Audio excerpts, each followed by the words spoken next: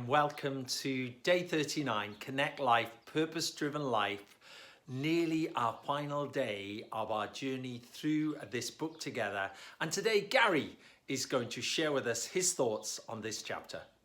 Hi there, and welcome to Day 39 of the Purpose-Driven Life. This is the penultimate chapter in the book that we've been studying over the last couple of weeks. Today we're going to be looking at what it means to have a balanced Christian life. Rick starts this chapter by just covering the 5 areas of our purpose-driven life. And they are these: that we were created to worship, we were created for a ministry, we were created for a mission. We were also created to have fellowship one with another. And finally, we were created to be disciples and followers of the Lord. In this chapter, Rick just talks a bit more about the importance of having a balanced Christian life, and also, more importantly, how we go about achieving this. In just the same way that our lives need to have balance, whether it be work-life balance or others, it's equally important we have the same balance in our Christian lives. So how do we do this? Well, Rick has suggested 4 different ways in which we can achieve this.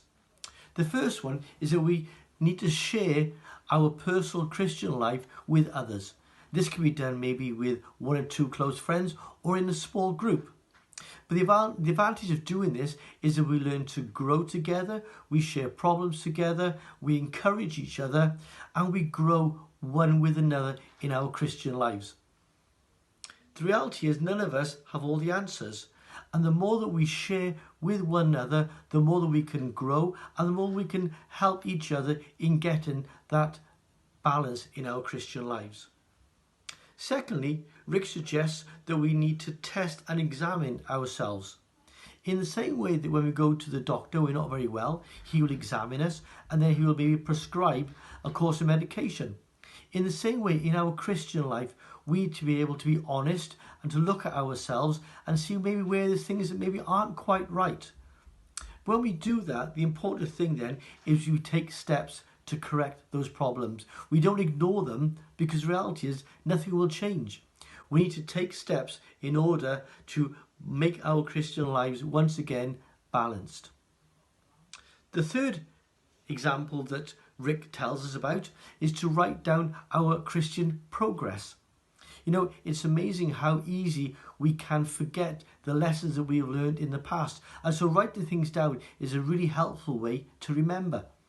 I've got a boss at work who is very good at keeping records of reports and other information that he has given.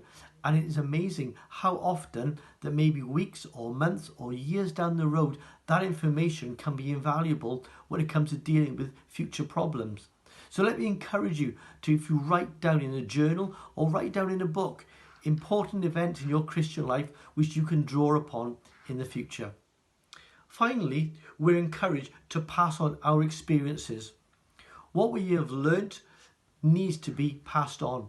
You know, I have been really encouraged over as a Christian the last 30 years, where I have taught in Sunday schools to children or taught in youth, how important it is to share my Christian experiences with them.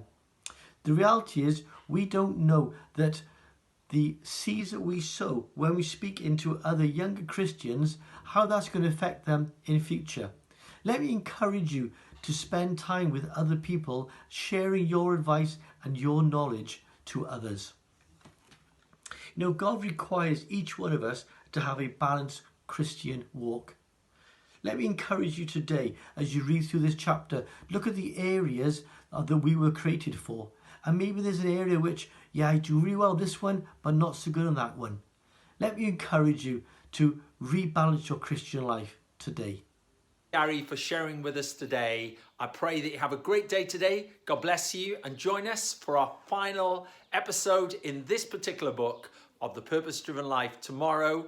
And don't forget, we are going to be looking at the book of Psalms starting this Sunday. So please do join us on that journey together. God bless you.